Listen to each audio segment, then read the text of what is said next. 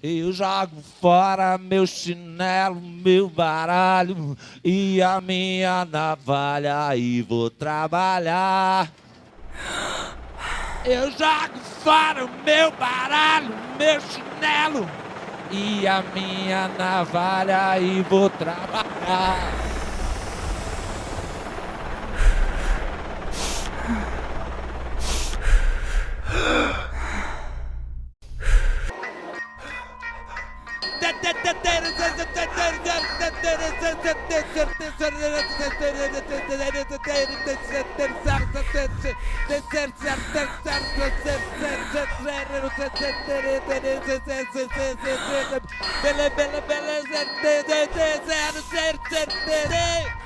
Cadê Tereza? Tereza!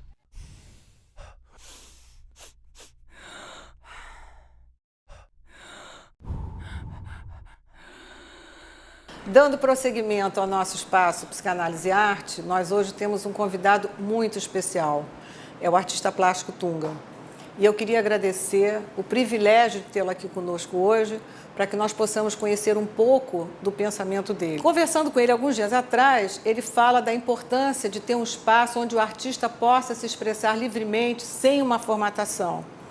E aí nós pegamos essa dica do Tunga, mais uma entre muitas que ele já nos deu, para dizer que o Espaço Psicanálise e Arte, a partir de agora, vai se chamar o Espaço é do Artista e nem poderia ser diferente. Então, vamos, o Espaço é do Artista Tunga.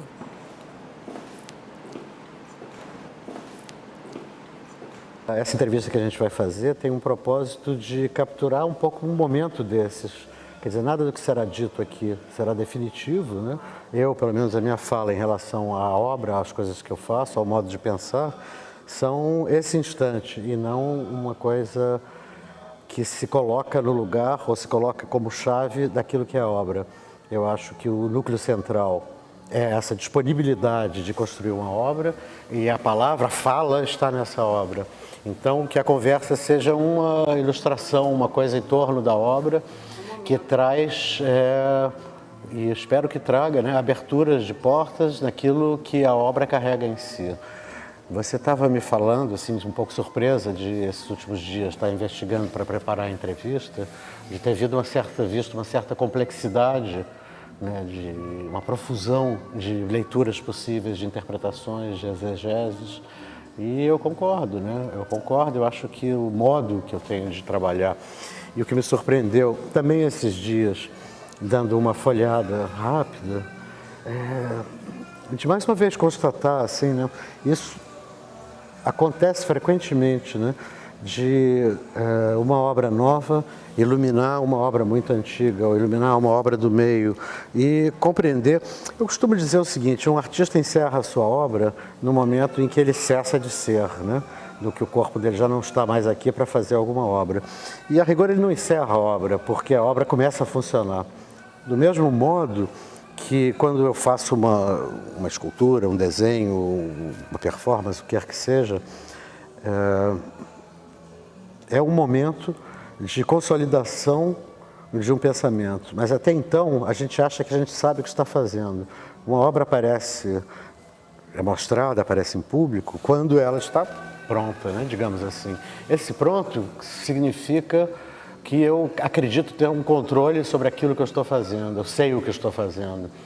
E no momento que ela realmente fica pronta e aparece em público, ela começa a me ensinar. Ela começa a me ensinar. E no momento que eu faço uma obra seguinte, ela tem uma claridade sobre essa também e ela acorda, acende alguns elementos, alguns raciocínios que estavam ali meio turvos. Então, quer dizer, não me surpreende que haja essa complexidade, porque é exatamente nisso que eu trabalho. Pesquisando o universo Tunga, eu me deparo com a seguinte nomeação: prolegômenos do palíndromo incesto. Ao mesmo tempo que eu levo um susto, essa nomeação não podia ser mais Tunga. Palíndromo você lê da esquerda para a direita ou da direita para a esquerda, tanto faz. E aí eu queria saber de você o que são os prolegômenos do palíndromo incesto e se você acha que tem alguma associação com as gêmeas chifópagas. Não, você tocou num ponto difícil, porque esse título, né, que esclarece a estrutura dessa obra, onde ela vai, se refere a como que fosse uma transfusão de um modelo da topologia para a linguagem, né? Ele está indicando essa via de dois lados do incesto. Mas, a bem da verdade, quando eu anunciei esse título, ele ficou um tanto misterioso para mim. E é uma coisa que ainda é latente o significado profundo dele. Eu acho que ele emana significados, ele emana a questão da interioridade e a exterioridade como um contínuo. Ele coloca essa ideia desse contínuo, de um espaço contínuo entre o dentro e o fora, e entre o representado e o representante, né?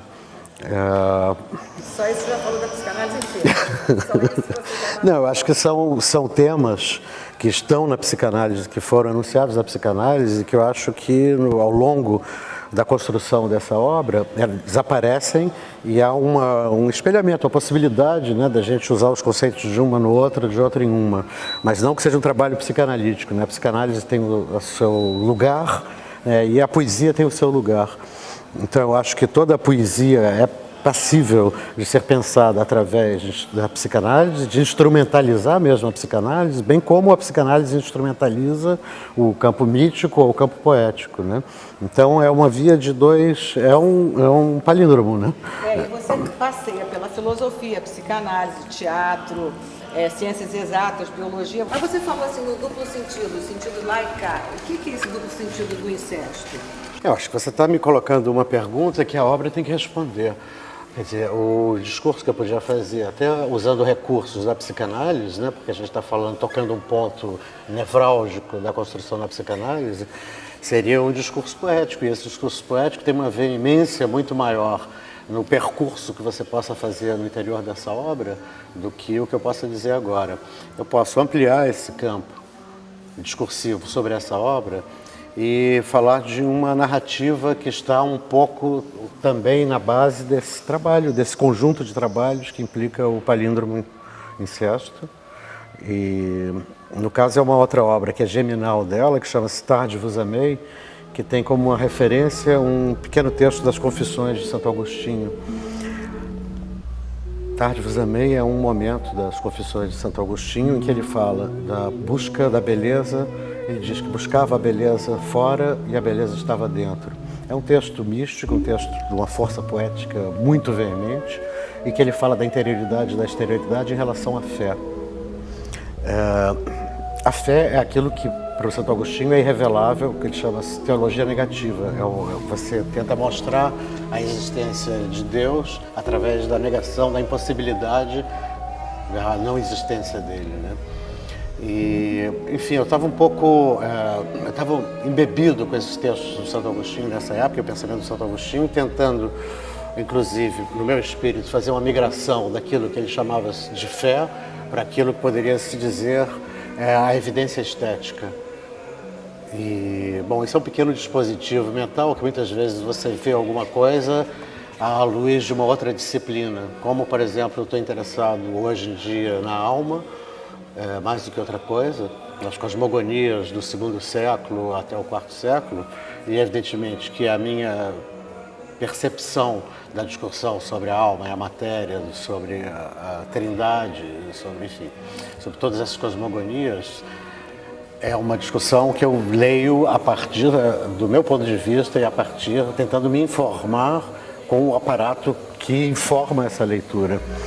Então, nesse momento, Agostinho, lendo esse texto do Agostinho, me ocorreu uma anedota, que era uma anedota sobre Santo Agostinho, que ele estaria, no momento, refletindo sobre a questão da trindade, que é um mistério da fé, que é como três pode ser um, como um pode ser três, que é um mistério que é anterior à religião cristã, é anterior a Cristo. Enfim, você vai encontrar isso no Timeu, os três deuses, e como os três deuses são um só, enfim.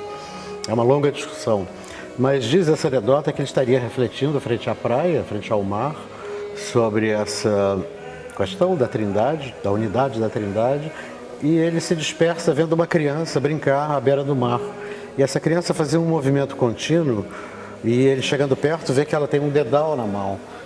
E ela faz um buraquinho na areia, vai até o mar, e colhe um pouco da água do mar e despeja nesse buraquinho. E o Augustinho se aproxima e pergunta: o que você está fazendo? Ao que a criança responde: eu estou trazendo toda a água do mar para esse buraquinho. E ele diz: mas isso é uma tarefa insana. Ao que a criança, que evidentemente é uma figura de um anjo, responde para ele: mas insano sois vós, que tenta através da razão, da sua torpe razão, compreender o mistério da Trindade.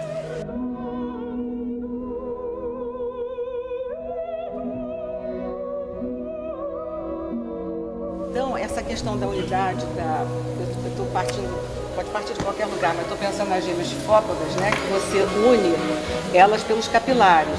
E os gêmeos siameses, eles são unidos por qualquer parte do corpo. E você escolhe o capilar. Então, por que o capilar?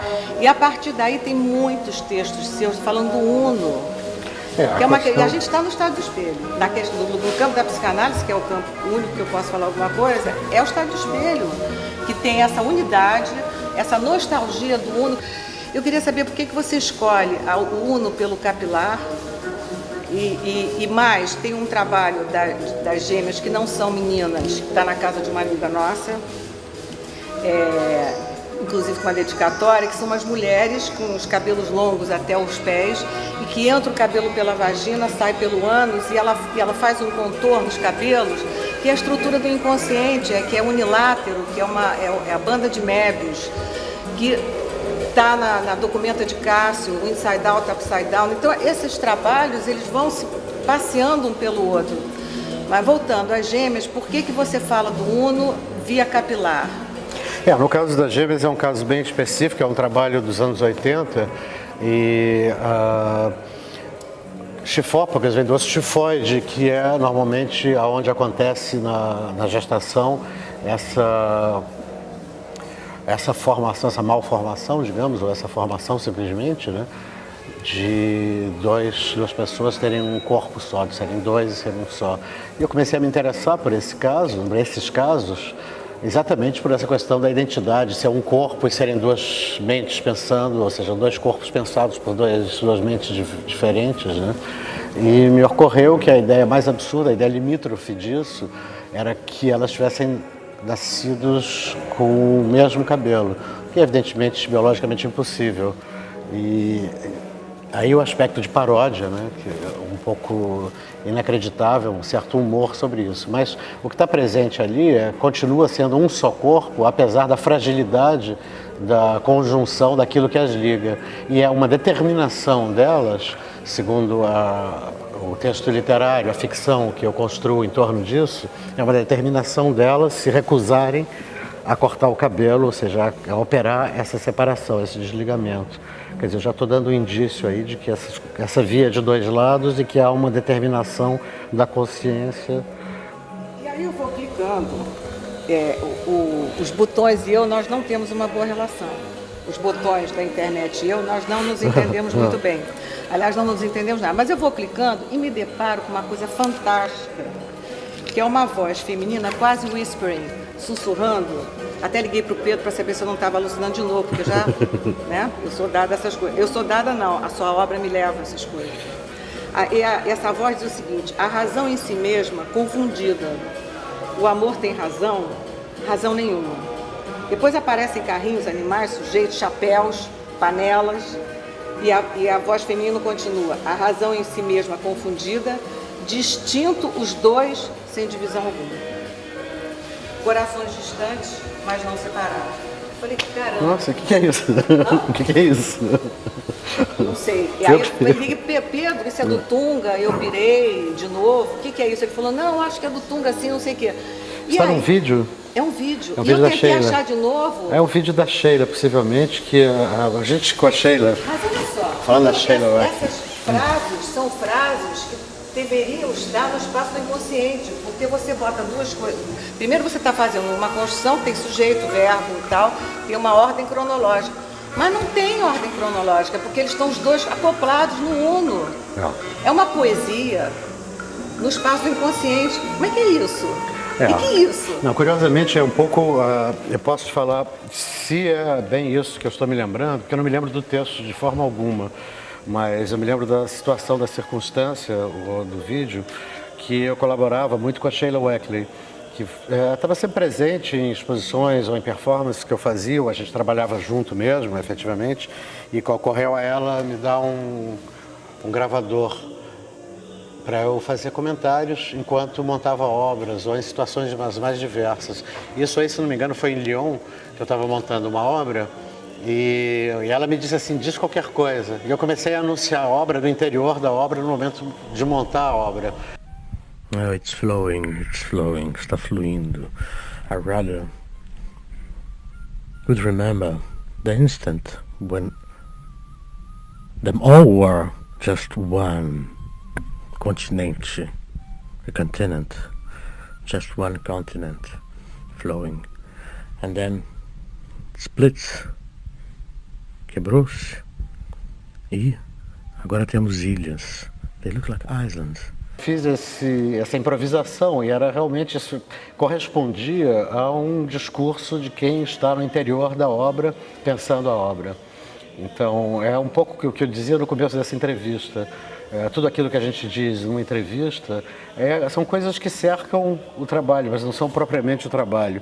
São, do mesmo modo como eu chamo de instauração, ou aquilo que chamam de performance, normalmente é você exacerbar um ou outro aspecto que você quer que apareça mais numa obra dada. Então você pode colocar agentes, esses agentes podem ser pessoas ou podem ser simplesmente uma circunstância para trazer à tona, para dar a ver um aspecto que pode te parecer mais interessante que se excite naquele momento. Assim, por exemplo, os meninos fazendo a trança para escapar são apenas uma versão daquela estrutura que é a trança. O que é trança?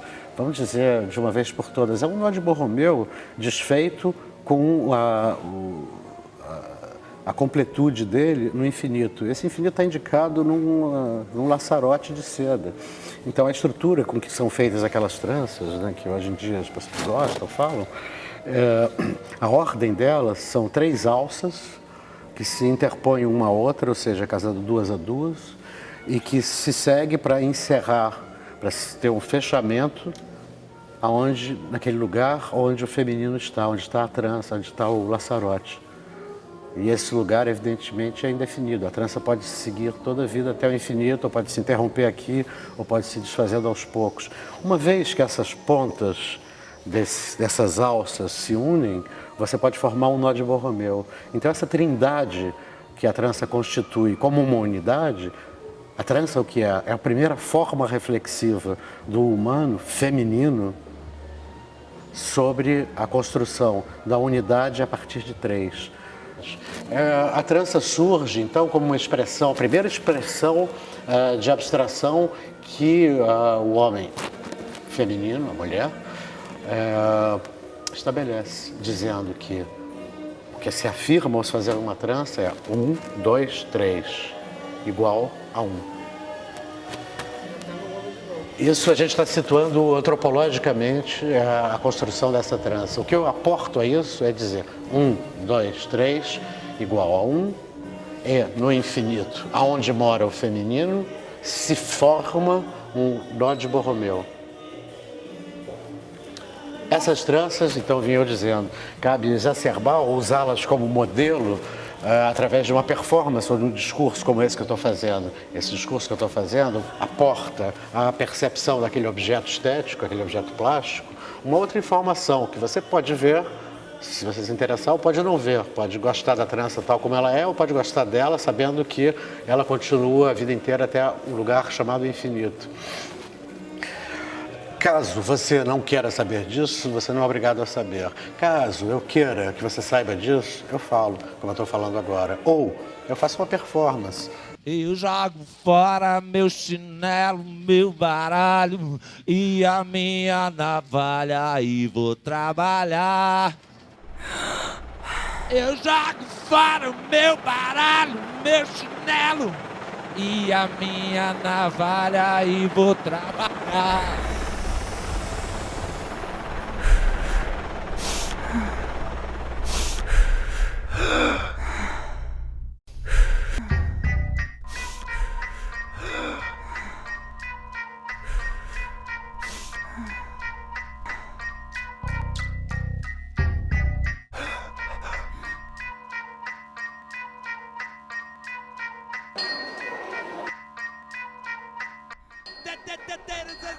Teresa, ela passa a ser elaborada não por uma pessoa, não por uma pessoa do sexo feminino, mas por 100, 200 pessoas que, através dessa construção coletiva de transformar inúmeros uns em um, inúmeros dois em dois, inúmeros três em um, usam essa estrutura para fugir do campo cultural e cair no campo real. Teresa!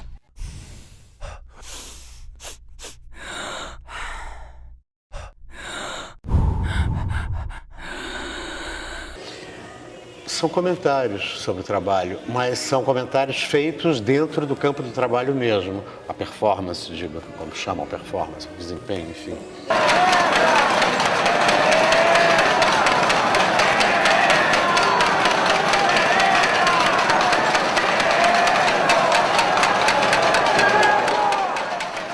Acho que o fazer da arte, pelo menos para mim, o meu modo de ver, e efetivamente para mim, aquilo que aparece em galerias, museus, lugar institucional da arte, é um fragmento daquilo que eu faço. Ou são fragmentos, ou são pontas de iceberg, ou são estalactites, estalagmites de uma gruta que eu construo. Eu poderia afirmar assim, com clareza que hoje quase que 90% da minha atividade, da atividade mesmo do meu estúdio, onde há uma profusão de pessoas colaborando, investigando, trabalhando em direção à construção de obras, que 90% da atividade ali é uma atividade de investigação. Eu chamo aquele lugar onde as obras se constroem de laboratório, bem como eu chamo esse lugar aqui de pensatório. Laboratório porque é onde se elabora, onde se faz o lavor, né? E lavrar esse labor é no sentido de experimentar e chegar, durante esse período de experimentação, a resultados que são instantâneos, momentâneos, e depois se desfazem e se transformam em outros. Em alquimia, a gente diria a coagulação. Há momentos de coagulação que são obras que terminam se completando e que eu disponibilizo ao público, que vão aparecer ao público. Agora, eu acho que a função central da poesia, a função central da arte, não está necessariamente ligado a esse lugar onde a arte acontece institucionalmente. Ela está ligada à experiência da subjetividade, à experiência da multiplicidade da subjetividade, do sujeito, que somos nós, né? Assim, a gente vive em grupos, né? A gente tem uma unidade corpórea, mas enfim, são grupos, nossa unidade é fragmentada, estranhamente fragmentada, e tratamos de dar uma coesão a essa fragmentação. A percepção desse projeto é uma percepção que se funda na modernidade. Na modernidade, a partir da Revolução Francesa, a partir do Sade, e a partir mais claramente de Baudelaire, Rimbaud, enfim, esses fundadores, esses monstros fundadores, tentam mostrar, coisa que aparece muito claramente no cubismo, que a subjetividade é fragmentária.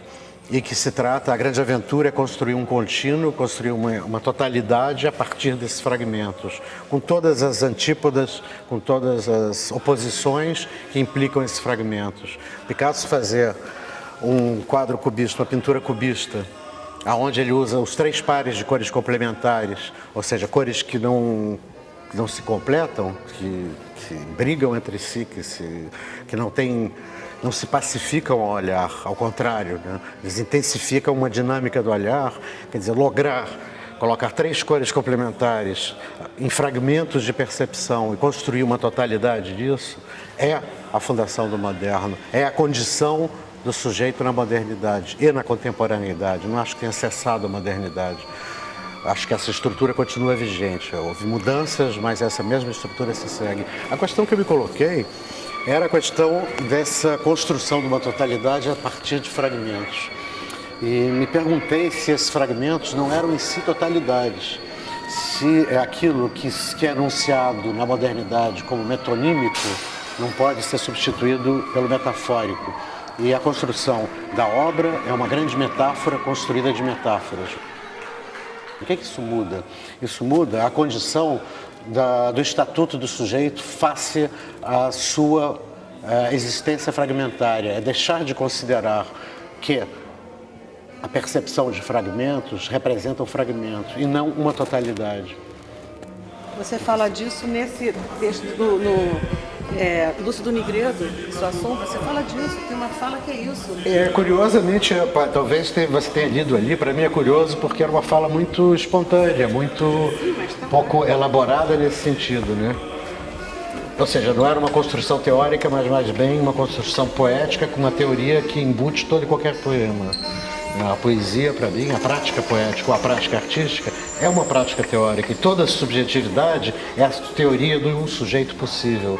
Desse modo, você abolha a situação de que um sujeito é um fragmento, um sujeito é uma totalidade. E uma sociedade, uma comunidade é uma totalidade de totalidades. Assim, não somos formiguinhas que temos um corpo único. Não, somos universos que constelam, sabe, num grande cosmos de outros universos. Eu não sei de que época esse trabalho, porque está tudo misturado aqui, eu fiz isso para associar. Curiosamente, eu tenho um sistema quase que amnético de passou, eu não consigo mais registrar quanto tempo faz, mas eu sei que Lúcido Nigredo... A gente está em outro campo, né? Porque é o campo da temporalidade, a gente está falando... eu acho que, enfim, dentro da obra e dentro de toda e qualquer obra de um artista, voltando àquilo que eu dizia, que a obra de um artista tem o seu primeiro encerramento quando ele morre, a obra de qualquer artista constrói uma temporalidade própria. Então, evidentemente, que a história da arte precisa de uma cronologia histórica para situar as coisas, acreditando que determinações culturais, socioculturais, exteriores são o motor que faz gerar o modo de pensar de um poeta, e não são. Assim como a obra de um artista faz translados e funda uma temporalidade própria, que não é uma sucessão no tempo, mas sim conta com verticalidades que ligam pontos completamente não alinhados. Assim também a própria história da arte, quer dizer, a gente vive e inscreve o trabalho que a gente faz numa história da arte que é construída por historiadores da arte, não por artistas. Existe outra história da arte, aquela que é construída por toda e cada obra de arte. Então eu falo frequentemente sobre isso e cito o Artaud, que teria processado Léris, que é um romancista, por plágio. Só que o Léris já estava morto há 50 anos. E para terminar a anedota, eu digo que se eu fosse juiz, eu daria ganho de causa ao Artaud, né? Enfim. Tem uma frase do Freud que essa eu vou deixar para o final, o grande final. Ele fez uma frase que é para você.